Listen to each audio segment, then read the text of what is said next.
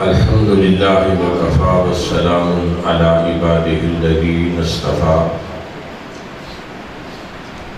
خصوصاً علی سید الرسل وخاتم الانبیاء وعلى آلہ وصحبہ باررۃ التقیٰ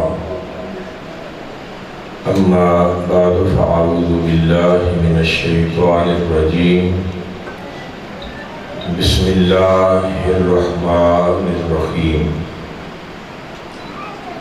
تراہم رکعا سجدا یبتغون فضلا من اللہ ورضوانا صدق اللہ مولانا العظیم ان اللہ وملائکتہ یصلون علی النبی یا ایہا الذین آمنوا صلوا علیہ وسلموا تسلیما اللہم صلی علی سیدنا و مولانا محمد وعلی آل سیدنا و مولانا محمد وبارک وسلم باوز بلند پڑھ لیں الصلاۃ والسلام علیک یا رسول اللہ وعلی آلک واصحابک یا سیدی یا حبیب اللہ الصلاۃ والسلام علیک یا سیدی یا رسول اللہ وعلی آلک واصحابک یا سیدی یا حبیب اللہ صاحب صدر گرامی قدر مخلصی فی اللہ عاشق نبی مختار جناب محترم الحاج محمد گلباز مغل صاحب دامت برکاتہم العالیہ بڑی خوبصورت شخصیت ہے کہ جو اللہ اور اس کے رسول صلی اللہ علیہ وسلم سے اور رسول اللہ کے چاہنے والوں سے محبت کرتے ہیں۔ یہ اس محبت اور پیار کا صلہ ہے کہ حضور کے میلاد کے دن آئیں تو تب بھی حضور کے ذکر کی محفلیں سجاتے ہیں، اور جب نواز رسول کی یاد کے دن آئیں تو ذکر شہادت حسین کے تذکرے کرتے ہیں۔ عظمت صحابہ اکرام کا وقت آئے تو شہنشاہ صداقت کی بارگاہ میں بھی عقیدتوں محبتوں کے پھول نچھاور کرتے ہیں۔ اس ماضی دور میں صحیح عقیدہ رکھ کر اس پر عمل کرنا یہ بہت بڑی سعادت ہے، اور اللہ تعالیٰ یہ سعادت قبلہ حاجی گلباز صاحب کو نصیب فرمائے اور آپ دوستوں کو بھی نصیب فرمائے۔ آپ محبت والے ہیں، تعداد تھوڑی ہے یا زیادہ اس سے غرض نہیں، ہم نے اپنا ایک پیغام پہنچانا ہے، اور وہ پیغام آج کا جو پیغام ہے وہ ذکر شہادت امام علی مقام سیدنا امام حسین علیہ السلام ہے۔ حضرت وقار بغیر کسی تمہید کے آپ احباب بڑے خوش نصیب ہیں کہ آپ کو ان مقدس ایام میں ایسی بابرکت محفلیں نصیب ہو گئی ہیں۔ یہ مقدر اور نصیب والوں کی بات ہے۔ کتنے لوگ اسی علاقے میں محلے میں ہوں گے جو اپنے گھر میں آرام کر رہے ہوں گے، یا موبائل دیکھ رہے ہوں گے، یا ٹیلی ویژن کی طرف دھیان ہوگا، یا کسی سیاسی جماعت کا تذکرہ ہو رہا ہوگا۔ آپ خوش نصیب نہیں ہیں کہ آپ کو اللہ کے محبوب نے بلا کر محبوب کے محبوبوں کا ذکر کی مجلس میں بلا لیا ہے۔ حضرت وقار بہت اختصار کے ساتھ قرآن کریم کا ایک پیغام جو امام علی مقام امام حسین رضی اللہ تعالی عنہ کی نسبت سے ہے وہ آپ کی خدمت میں عرض کروں گا۔ 26ویں پارے سے ایک آیت مقدسہ کے کچھ کلمات، پوری آیت نہیں، میں نے کچھ اس کے کلمات تلاوت کرنے کا شرف حاصل کیا ہے، جس میں اللہ رب العالمین ارشاد فرماتے ہیں تراہم رکعا سجدا یبتغون فضلا من اللہ ورضوانا. فرمایا جب تو انہیں دیکھے گا، جب تو انہیں دیکھے گا وہ تمہیں نظر آئیں گے رکوع میں سجدے. آواز بلند سبحان اللہ. وہ رکوع و سجود میں نظر آئیں گے. جب تمہاری نظر پڑے تم دیکھو تو انہیں تم دیکھو گے کبھی حالت رکوع میں کبھی حالت سجدہ میں. یہ بات کن کی ہو رہی ہے؟ اسی آیت کی ابتدا میں فرمایا محمد الرسول اللہ والذین معہ. محمد اللہ کے رسول ہیں اور جن لوگوں کو ان کی معیت، ان کی مجلس، ان کی صحبت نصیب ہو گئی ہے ان پر مصطفیٰ کریم کی نظر کرم ہو گئی ہے اور ان کی زندگیوں کے اندر ایک انقلاب آ گیا ہے اور ان میں جو تبدیلی رونما ہوئی ہے وہ گھر ملا ہو. جن کی رگوں میں مصطفیٰ کا خون دوڑ رہا ہو ان نواسوں کی عظمت اور شان کا عالم کیا ہوگا. مولا کائنات مولا علی المرتضیٰ شیر خدا رضی اللہ تعالی عنہ سے کسی نے پوچھا حضور ہم آپ کو ملنا چاہیں، ملاقات کرنا چاہیں تو کہاں ملیں گے؟ پتہ کیا ہے آپ کا؟ ملنے کے لیے آنا چاہیں تو کہاں ملیں گے؟ آپ نے دو جملوں میں بات ارشاد فرمائی. پوری توجہ چاہیے حضرات گرامی. آپ نے فرمایا کہ اگر مجھے ملنے کی خواہش ہو، وقت دن کے اجالے کا ہو تو علی کو کہیں اور تلاش نہ کرنا. علی تمہیں میدان کارزار میں دشمن سے لڑتا ہوا نظر آئے گا. اور اگر وقت رات کا ہو، وقت رات کا ہو تو پھر علی کو کہیں اور تلاش کرنے کی ضرورت نہیں. علی تمہیں مسجد کے محراب میں سجدے میں نظر آئے گا. تو جن کے باپ سجدوں سے محبت کریں، جن کی ماں تلاوت قرآن سے محبت کرے، جن کی راتیں تو ختم ہو جائیں ان کی سجدے ختم نہ ہوں، ایسی شخصیات کی اولاد امام علی مقام سیدنا امام حسین پھر انہی کی اولاد ہیں، انہی کی گود میں تربیت حاصل کرنے والے ہیں. جب میدان کربلا سجدہ ہے تو تلواروں کے سائے میں نماز بھی ادا کرتے ہیں. سر کٹ جائے، نیزے پہ چڑھ جائے تو قرآن کی تلاوت بھی فرما رہے ہوتے ہیں. یہاں ارشاد فرمایا تراہم رکعا سجدا. جب تو انہیں دیکھے تو وہ تمہیں رکوع و سجود میں نظر آئے. آج محرم الحرام کی 10ویں رات. کون سی رات ہے؟ 10ویں رات. آپ جانتے ہیں کہ 7ویں محرم سے پانی بند ہو گیا. اولاد رسول پر وہ جو کوثر کے مالک تھے ان پر پانی بند کر دیا گیا. مذاکرات ہوتے رہے، بیعت کر لو یا جنگ کے لیے تیار ہو جاؤ، تو مذاکرات ناکام ہو گئے. امام علی مقام سیدنا امام حسین رضی اللہ تعالی عنہ نے فرمایا عباس جاؤ نا عمر بن سعد سے کہو کہ ہمیں 1 رات کی مہلت دے دو. 1 رات کی مہلت دے دو. ڈر کی وجہ سے نہیں، میں تلواریں دیکھ کر گھبرا نہیں گیا، فوج کی تعداد دیکھ کر پریشان نہیں ہو گیا. میں علی کا لخت جگر ہوں. رات کی مہلت اس لیے مانگی ہے کہ زندگی میں حسین سے کوئی عبادت میں کمی رہ گئی ہو تو آج کی رات عبادت میں پوری کر دے. وہ کمی آج رات کی مہلت.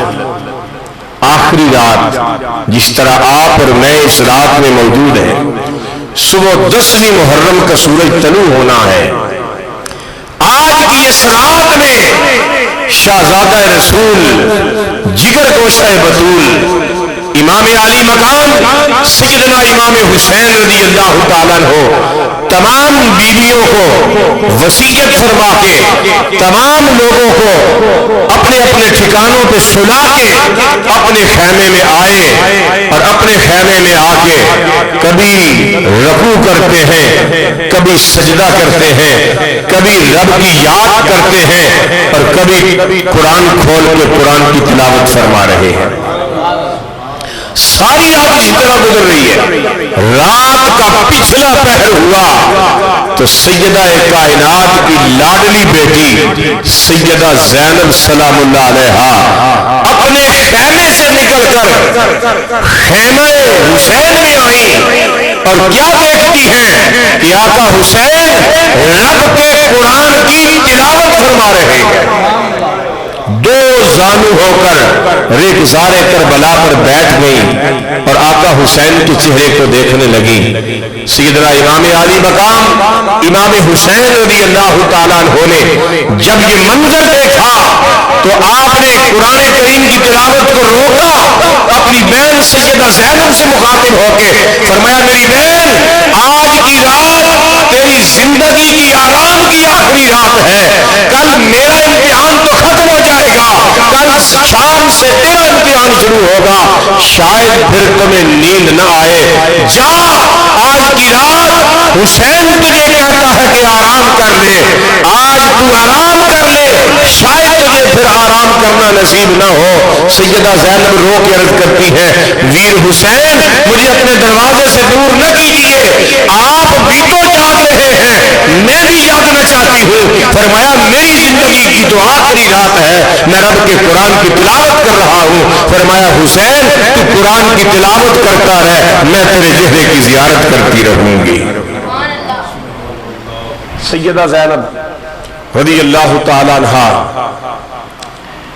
امام علی مقام امام حسین رضی اللہ تعالیٰ عنہ کے سامنے بیٹھ کے اس چہرے کو دیکھ رہی ہے کہ جو چہرہ شاید پھر نظر نہ آئے۔ رات بیت رہی ہے، رات کے آخری لمحات ہیں، اور سیدنا شہزادہ علی اکبر اور جناب عباس علمدار خیموں کے باہر پہرا دے رہے ہیں، ڈیوٹی سر انجام دے رہے ہیں۔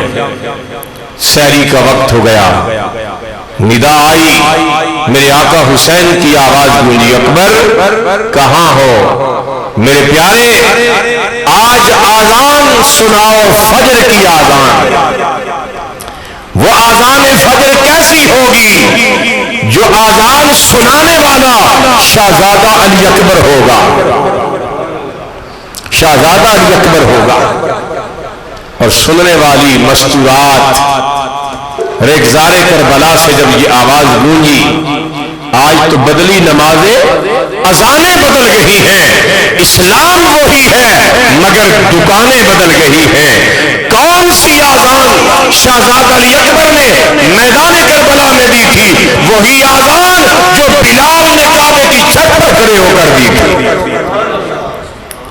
اور وہی آذان شہزادہ علی اکبر نے میدان کربلا میں دی ہے جو آج اہل سنت کی مساجد میں دی جاتی ہے۔ وہی آذان شہزادہ علی اکبر نے آذان پڑھی، تفسیر میں نہیں جاتا، بہت خوبصورت آواز، خوبصورت انداز، جو شبیہ مصطفیٰ تھا، جس کو دیکھ کر رسول اللہ کی یاد تازہ ہو جاتی تھی، وہ شہزادہ علی اکبر میدان کربلا میں 10ویں محرم کی فجر کی نماز کے لیے آذان دے رہے ہیں۔ میرے آقا حسین اپنے خیمے سے اٹھے، تیاری فرمائی، پھر جانثاروں کو اٹھایا، سب نے صفیں بنائی، شہزادہ علی اکبر نے اقامت پڑھی، اور میرے آقا حسین مصلی پہ کھڑے ہوئے۔ امامت فرمائی، وہ کیسا امام ہوگا کہ نواسہ رسول مصلی امامت پر اور پیچھے کھڑے ہونے والے حضور کی اہل بیت سے محبت سے لبریز، وہ حضور کے جانثار جس میں شہزادہ علی اکبر بھی ہے، جناب عباس بھی ہیں، جناب جعفر بن علی بھی ہیں، عثمان بن علی بھی ہیں، جناب عبداللہ بن علی بھی ہیں، قاسم بن حسن بھی ہیں، ابو بکر بن حسن بھی ہیں، عمر بن حسن بھی ہیں، جن میں جناب جعفر بھی ہیں، جناب عقیل کے بیٹے بھی ہیں۔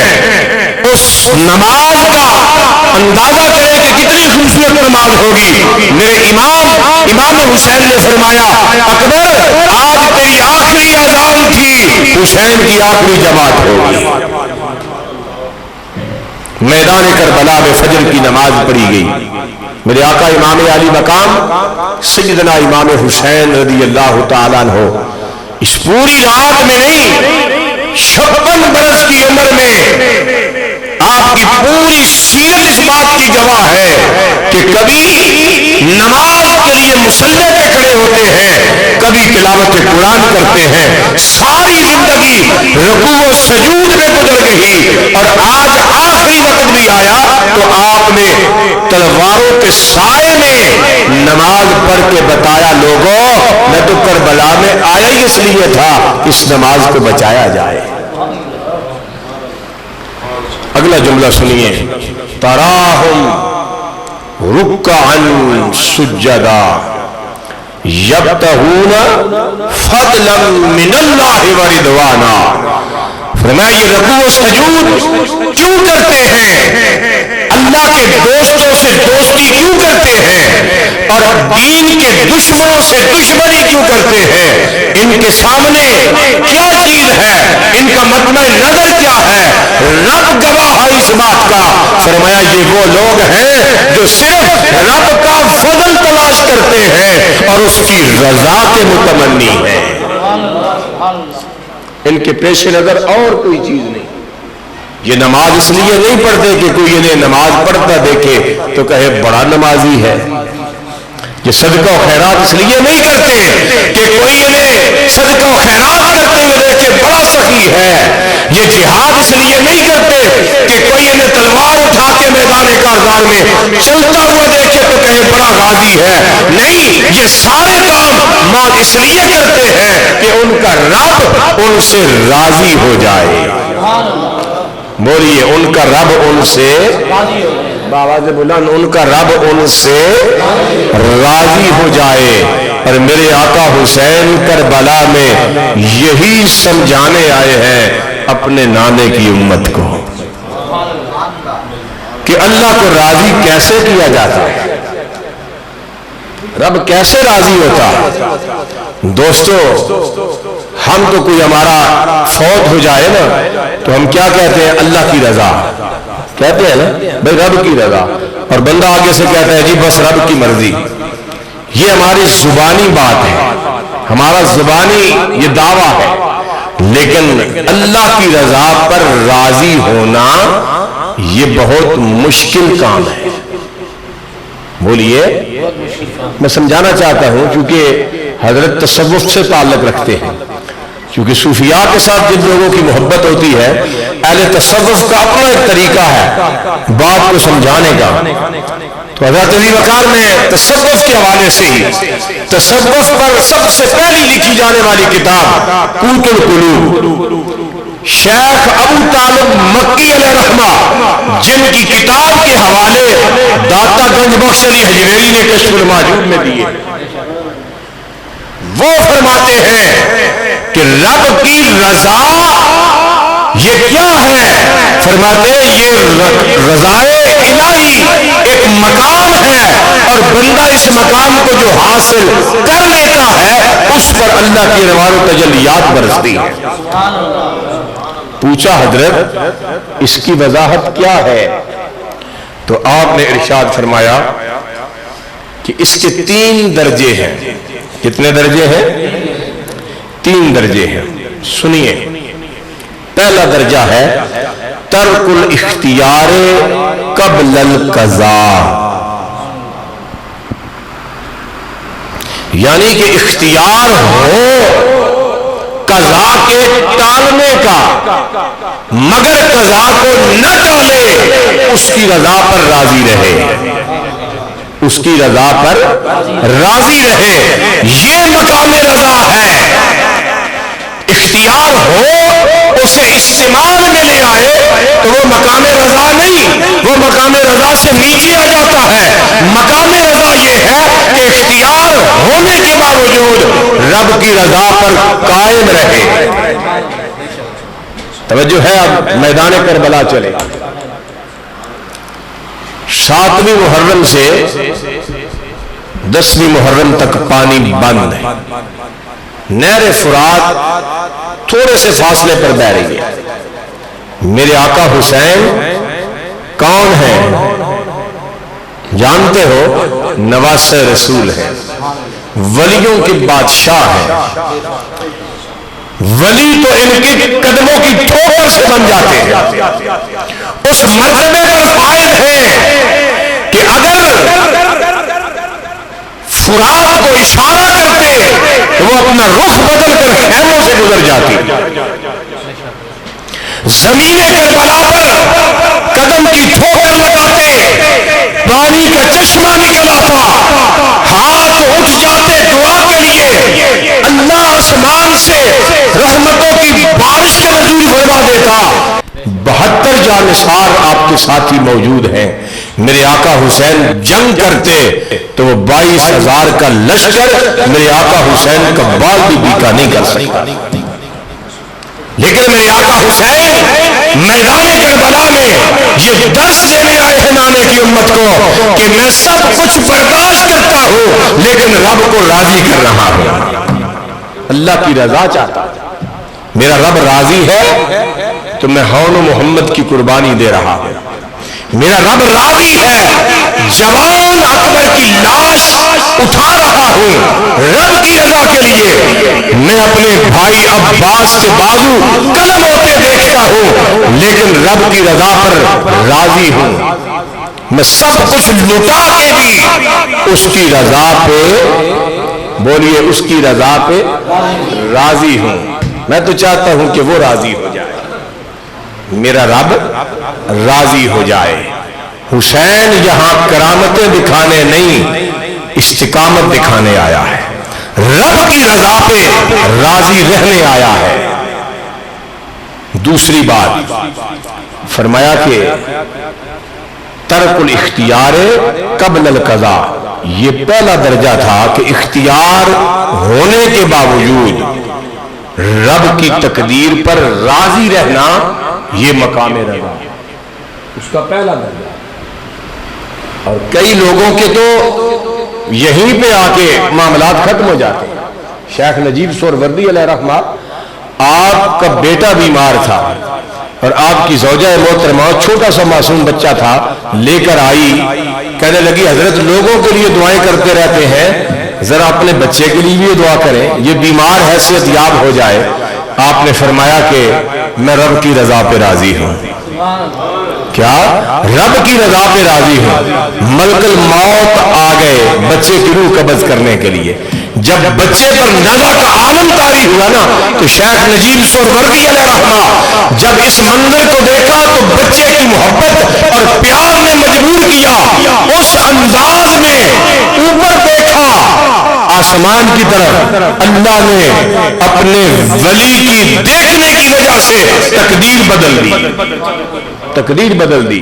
اور آپ نے فرمایا ملک الموت کدھر آئے ہو؟ حضور بچے کی روح قبض کرنے کے لیے۔ فرمایا جا ذرا لوح محفوظ پہ اس کی عمر دیکھ۔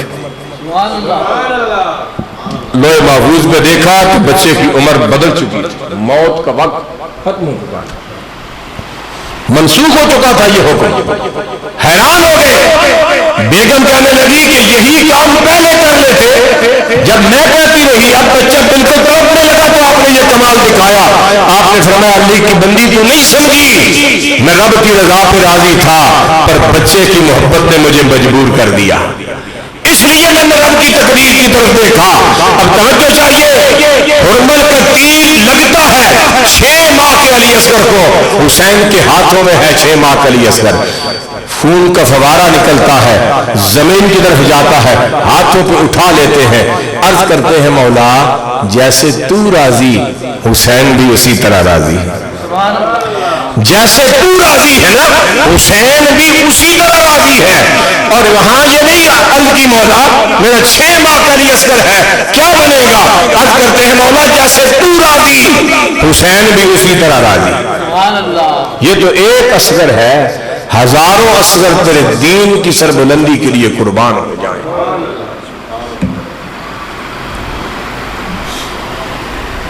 فقدان المرارت بعد القضاء، دوسرا درجہ یہ ہے کہ جب قضا کی چھری چل رہی ہو، چھری چل رہی ہو، قضا آ چکی ہو، اس وقت بھی بندے کا دل مغموم نہ ہو، پریشان نہ ہو، مطمئن ہو اور اپنے رب کی یاد میں ہو۔ اس کو دیکھنا چاہو تو دیکھو میدان کربلا میں جب ہر طرف سے تیر آ رہے تھے، تلواریں چمک رہی تھیں، نماز کا وقت ہو گیا، میرے آقا حسین نے وہی میدان کربلا میں نماز کی نیت کر لی اور سجدے میں سر رکھ دیا۔ چھری چل رہی تھی قضا کی، اور جبرائیل امین اس وقت حاضر خدمت ہوئے، مولا اجازت ہو تو تیرے نبی کی آل کا ایک امتحان اور نہ لے لوں؟ فرمایا جبریل تو بھی لے لے ایک اور امتحان، میرے نبی کی آل ہر امتحان میں پوری اترے گی۔ جبریل نے کیا کیا، اس خیمے کو جس خیمے میں سیدہ زینب سلام اللہ علیہا موجود تھی، اس خیمے کے در و دیوار کو پر مارا تو شیشہ بن گیا۔ سیدہ زینب دیکھ رہی ہے اس حسین کے گلے پر شمر کا خنجر چل رہا ہے جسے مصطفیٰ بوسے دیا کرتے تھے۔ یہ منظر جب دیکھا تو سیدہ زینب سجدے میں سر رکھ کے عرض کرتی ہیں مولا تیرا شکر ہے کہ تو نے ہماری قربانی قبول فرما لی۔ یہ ہے قضا کی چھری چل رہی ہو تو بندہ ہائے پیٹ نہ کرے، جزا و فضا نہ کرے، ہائے پیٹ نہ کرے، رب کا شکر ادا کرے اور اس کی آزمائشوں پر صبر کرے۔ میرے آقا امام عالی مقام امام حسین رضی اللہ تعالی عنہ، تیسرا مقام مقام رضا کا یہ ہے کہ جب قضا کی چھری چل جائے اس کے بعد اس خانوادے کا کوئی فرد بچا ہوا ہو تو اسے بھی کسی وقت کوئی ندامت نہ ہو، وہ یہ کہے کہ جتنا امتحان آیا تھا رب کی رضا کے لیے ہمارے اوپر یہ امتحان آیا تھا اور ہم نے اس امتحان کو رب کی رضا کے لیے اس میں ہم نے صبر کیا۔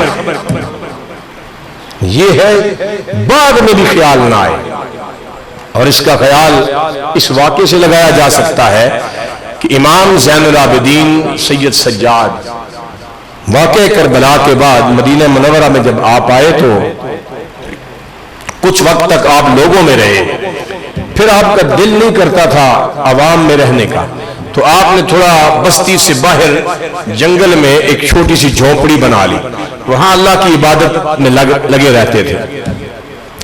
تو پیچھے حالات بدلے، یزید کے اقتدار چلا گیا، مختار سقفی آیا جو بعد میں منکر ہو گیا اور اس کا خاتمہ بالخیر نہیں ہوا، اس نے قاتلان حسین سے انجام لیا، یعنی ان کے ساتھ بدلہ لیا۔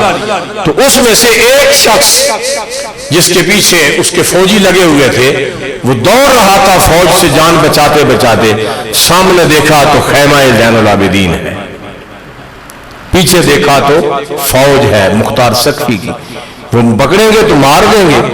اس نے دیکھا کہ کوئی سبیل نہیں بچنے کی، اس نے پردہ اٹھایا اور امام سے اندر آنے کی اجازت مانگی۔ میرے امام نے فرمایا آ جا اندر، جسے درے آل رسول پہ پناہ نہ ملے اسے کہاں پناہ ملے گی، آ جا اندر۔ وہ اندر آ گیا، اسے 3 دن اور 3 راتیں آپ نے اپنے پاس رکھا، خدمت کی، تو جب جانے لگا تو اسے زاد سفر دیا، کچھ کھجوریں، کچھ ستو، کچھ پانی پیش کیا کہ یہ راستے میں تمہارے کام آئے گا۔ وہ جانے لگا نا تو اس کے قدم رک گئے، کہنے لگا امام مجھے پہچانا نہیں؟ میں کون ہوں؟ آپ نے فرمایا بے ایمان، تیرا پہلا قدم جب اندر تھا تو میں نے تو اسی وقت پہچان لیا تھا، تو میرے بابا کا قاتل ہے۔ اس نے کہا اگر قاتل ہوں، آپ نے سمجھ لیا تھا، پہچان لیا تھا، پھر میرے ساتھ یہ سلوک کیسا؟ تو آپ نے فرمایا وہ میدان کربلا تھا، ہم تمہارے مہمان تھے، ادھر تم ہمارے مہمان ہو۔ یہی فرق ہے کہ جو ہمارے پاس آتا ہے وہ امتحان تھا ہم پر، وہ گزر گیا، ہم نے قربانی دی رب کی رضا کے لیے، ادھر تم ہمارے مہمان ہو، وہ تمہارا سلوک تھا، یہ ہمارا سلوک ہے، یہ ہمارا سلوک۔ یہ بتایا مقام رضا کو حاصل کرنے کے لیے کہ کبھی بھی آل رسول کی دلوں میں بھی اس بات کا کبھی خیال نہیں آیا کہ اللہ نے ہم سے اتنا بڑا امتحان کیوں لیا، یہ سوال ہی نہیں پیدا ہوتا۔ اور جب بندہ مقام رضا پر فائز ہو جائے، بندہ مقام رضا پر فائز ہو جائے تو اللہ خود اس بندے سے راضی ہو جاتا ہے، اور جب رب کی رضا مل جاتی ہے بندے کو تو اس کے اوپر ایک مقام ہے، اسے کہتے ہیں مقام ناز۔ کیا کہتے ہیں؟ مقام ناز۔ اور مقام ناز پہ بندے کو رب خود بٹھا دیتا ہے۔ آخری بات عرض کر کے بات ختم کر دوں تاکہ بات سمجھ میں آ جائے، جو بات بیان کی اس کا نتیجہ نکل آئے۔ واقعہ کربلا جب ہو چکا تو بیویوں کو قیدی بنا لیا گیا، سید سجاد امام زین العابدین کے ہاتھوں میں کڑیاں، پاؤں میں بیڑیاں ڈال دی گئیں، سواری پہ سوار کر کے یہ لٹا ہوا قافلہ دربار یزید کی طرف لے جایا جا رہا تھا۔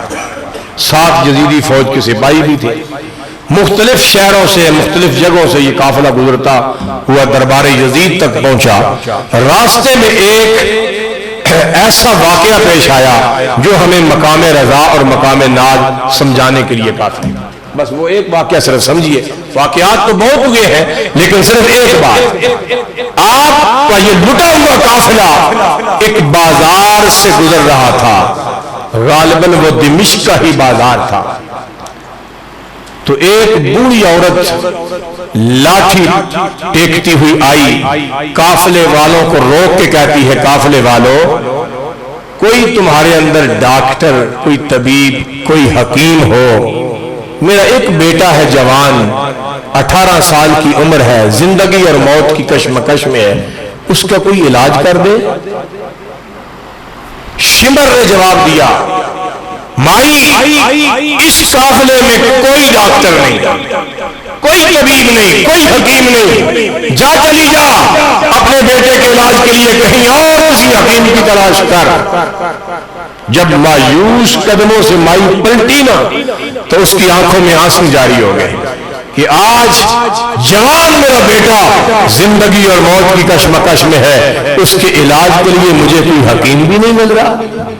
یہ حسرت رہ جاتی ہے نا، بندے کی علاج نہیں ہو سکا، شاید علاج ہو جاتا تو ہمارا یہ مریض بچ جاتا۔ یہ حسرت تھی اس مائی کے دل کے اندر، بس پلٹی جب مایوس قدموں سے آنکھوں سے آنسو روا ہو گئے، امام زین العابدین کی نظر پڑی، فرمایا مائی رک جا، میں نے کبھی کسی کا علاج تو نہیں کیا، آج تیرے بیٹے کے علاج کا وعدہ کرتا ہوں، میں وعدہ کرتا ہوں تیرے بیٹے کے علاج کا، مگر شرط ہے کہ شمر سے اجازت لے کر دے۔ کیوں؟ کہ ہم قیدی ہیں۔ بولیے کیا ہے؟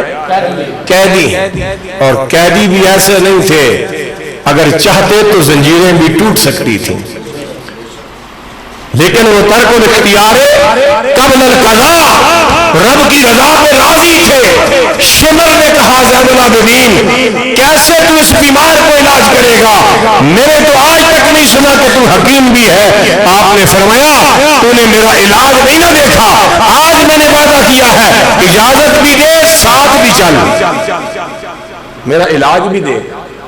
شمر چل پڑا، وہ سارا قافلہ سپاہی ساتھ چل پڑے۔ مائی کے دروازے پر جب پہنچے نا تو مائی کی جوان بیٹی نے اندر سے آواز دی، دروازے سے کھڑے ہو کر، اماں جس حکیم کو لے کے آئی ہے اس کو واپس کر دے۔ جس ڈاکٹر کو لے کے آئی ہے اس کو واپس بھیج دے. اب میرے بھائی کو طبیب کی حاجت نہیں رہی, میرے بھائی کو ڈاکٹر کی ضرورت نہیں رہی. مائی پلٹی, امام زین العابدین کے قدموں کو ہاتھ لگا کے کہتی ہے بیٹا مجھے معاف کر دینا, بڑی مشکل سے تو چل کے میرے دروازے تک آیا تھا مگر میرا بیٹا اب علاج کے قابل نہیں رہا, یعنی فوت ہو گیا ہے. تو مردے کا تو علاج نہیں ہوتا نا, علاج تو زندوں کا ہوتا ہے. امام زین العابدین نے فرمایا مائی دروازہ کھول. نہیں سمجھے آپ, دروازہ کھول, مجھے اندر تو آنے دے. علاج کا وعدہ کیا تھا, شرط نہیں لگائی تھی زندہ ہوگا تو علاج کروں گا, مر گیا تو علاج نہیں کروں گا. وہ دنیا کے ڈاکٹر ہیں جو صرف زندوں کے علاج کرتے ہیں, میں تو حسین ابن علی کا بیٹا ہوں. ہائے ہائے ہائے, میں تو حسین ابن علی کا بیٹا ہوں. علاج کرنے پہ اگر آ گیا ہوں, وعدہ کر لیا ہے علاج کا, تو پھر مردہ کیا اور زندہ کیا, آیا ہوں علاج کی غرض سے, تیرے بیٹے کا علاج کر کے جاؤں گا. قافلے والے یہ جملہ سن کے حیران, شمر حیران. مائی بڑی پریشان, دروازہ کھول دیا, چارپائی پہ میت پڑی ہے, سارا قافلہ اندر داخل ہو گیا. امام زین العابدین نے فرمایا شمر اس کی نبض دیکھ, اس جوان کو دیکھ. اس نے ہاتھ لگایا تو کہتے لاش تو ٹھنڈی ہو گئی, یہ فوت ہو گیا, کتنا وقت ہو گیا. آپ نے فرمایا اب دیکھنا میں اس کا علاج کیسے کرتا ہوں. سنیے پوری توجہ کے ساتھ, میرے جونوں پر توجہ دیجیے حضرات گرامی.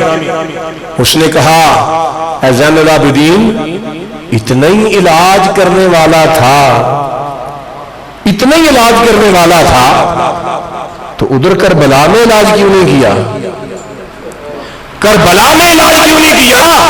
ہم نے علی اکبر کا لاشا گھوڑوں کے پاؤں تلے رون دیا, ہم نے تیرے باپ کو مار دیا, ہم نے تیرے چچا کو قتل کر دیا, ان کا تو نے علاج نہ کیا, اس کا علاج کرے گا, زندہ کرے گا, یہ کیسے زندہ ہوگا. آپ نے فرمایا سن دنیا کے کتے, انہیں میں زندہ تب کرتا اگر وہ مردہ ہوتے تو. تم اور میں زندہ ہے زبان سے مگر حسین زندہ ہے رب کے قرآن سے. وہ مر جاتے تو میں علاج کرتا نا, وہ مرے کب ہے کہ انہیں زندہ کروں, وہ تو ہے ہی زندہ جن کی زندگی پر قرآن گواہی دے رہا ہے. وَلَا تَقُولُوا لِمَن يُقْتَلُ فِي سَبِيلِ اللَّهِ أَمْوَاتٌ بَلْ أَحْيَاءٌ. جن کی زندگی پر قرآن گواہی دے وہ کیسے مرتا ہے. میرا ابا مر جاتا تو زندہ کرتا, میرا بھائی مر جاتا تو زندہ کرتا, جو نیزے پہ چڑھ کے بھی قرآن پڑھے وہ مردہ ہوتا. میرے ابے کا تو سر نیزے کی نوک پہ ہے نا, گھر میدان کربلا میں ہے مگر قرآن کی تلاوت جاری ہے. اب دیکھ یہ کیسے زندہ ہوتا ہے. آپ اس کی چارپائی کے قریب آئے, ہاتھ اٹھائے, توجہ حضرات گرامی پوری توجہ چاہیے, ہاتھ اٹھائے, عرض کیا کی مولا وہ میدان کربلا تھا, یہ دمشق کا بازار ہے. فرق سمجھیے ذرا فرق, وہ میدان کربلا تھا, یہ دمشق کا بازار ہے. مولا ادھر مقام رضا تھا, یہ مقام ناز ہے. مقام ناز ہے. ادھر تو مانگتا گیا ہم دیتے گئے, تو مانگتا گیا ہم دیتے گئے. تو خود کہتا ہے 1-2 بدلے میں 10 دیتا ہوں, 1-2 بدلے میں 70 دیتا ہوں, 700 تک دیتا ہوں. ہم نے تو 1-2 نہیں 72 دیے. مولا وہ مقام رضا تھا, یہ مقام ناز ہے. اب تیری بارگاہ میں التجا کر رہا ہوں مولا, میں نے 72 کے بدلے میں صرف اس جوان کی زندگی کا سوال کرتا ہوں, ایک جوان کی زندگی کا سوال کرتا ہوں. ابھی ہاتھ چہرے پر نہیں پھیرے تھے کہ جوان چرپائی پہ اٹھ کے بیٹھ گیا. اس نے پڑھا کلمہ اشہدو ان لا الہ الا اللہ و اشہدو ان محمدا عبدہ و رسولہ. توجہ دیجیے ذات گرامی. نعرہ تکبیر، نعرہ رسالت، نعرہ رسالت، نعرہ حیدری، نعرہ حیدری، ذکر اہل بیت. فرمایا دیکھ یہ زندہ ہو گیا. وہ میدان کربلا تھا، یہ دمشق کا بازار ہے. ادھر اس کے مانگنے کی باری تھی، ادھر ہمارے مانگنے کی باری ہے. ندا آئی پروردگار کی، اے میرے حسین کے لخت جگر، تو نے تو ایک جوان کی زندگی مانگی ہے، اگر ساری دنیا کے مردوں کی زندگی مانگتا تو ہم وہ بھی دینے کو تیار تھے، کیونکہ تم نے تو ہمارے دین کی سربلندی کے لیے اتنی جانیں قربان کی ہیں جس نے سارا کنبہ دین مصطفیٰ پر لٹا دیا ہے. اس رب العالمین کی عظمت اور شان یہ ہے کہ وہ چاہے تو اس کے بدلے ساری دنیا کو زندہ کر دے. زندہ تو رب نے کرنا ہے. تو یہ ہے مقام ناز. فرمایا جب بندہ رب کی رضا پہ راضی ہوتا ہے تو اس وقت بندہ کہتا ہے مولا تو راضی ہو جا، جو کچھ لیتا ہے لے جا، تو راضی ہو جا. تو نے 6 ماہ کا اصغر مانگا، ہم نے وہ دے دیا. 18 سال کا جوان اکبر مانگا، ہم نے وہ پیش کر دیا. تو نے 22 سال کا قاسم مانگا، ہم نے وہ بھی دے دیا. میرے ابا حسین کا سر مانگا، مولا ہم نے وہ بھی دے دیا. اب تو راضی ہو گیا نا، اب مولا ہم جو تجھ سے مانگتے ہیں وہ بھی عطا کر. تو اللہ فرماتا ہے میں اپنی تقدیر بدل دیتا ہوں اور اپنے بندے کی زبان سے نکلی ہوئی بات کو پورا کر دیتا ہوں. یہ مقام ناز کس کو نصیب ہوتا ہے؟ جسے مقام رضا مل جائے. بولیے جسے مقام رضا مل جائے. اقبال کہتے ہیں نا خودی کو کر بلند اتنا کہ ہر تقدیر سے پہلے خدا بندے سے خود پوچھے بتا تیری رضا کیا ہے. تو یہ تب ہوتا ہے جب رب بندے سے راضی ہو جائے. اللہ بندے سے راضی اور بندہ اپنے رب سے راضی. تو یہ مقام سمجھانے میرے آقا حسین میدان کربلا میں آئے. اللہ تعالی ہمیں آقا حسین کے نقش قدم پر چلنے کی توفیق عطا فرمائے. اور آقا حسین نے جو پیغام ہمیں کربلا کے میدان سے دیا ہے، فرمایا ہر مصیبت ہر مشکل میں صبر سے کام لو، نماز سے کام لو. اگر تم صبر کرتے رہو گے تو صبر والوں کا انجام یہ ہے کہ ان اللہ مع الصابرین، اللہ صبر کرنے والوں کا ساتھی ہے. تو اللہ تعالی ہم سب کو آقا حسین کی عظمتوں کو سمجھنے کی اور آقا حسین کے مشن پر چلنے کی توفیق عطا فرمائے. وما علینا الا البلاغ. ماشاءاللہ بہت ہی پیارے انداز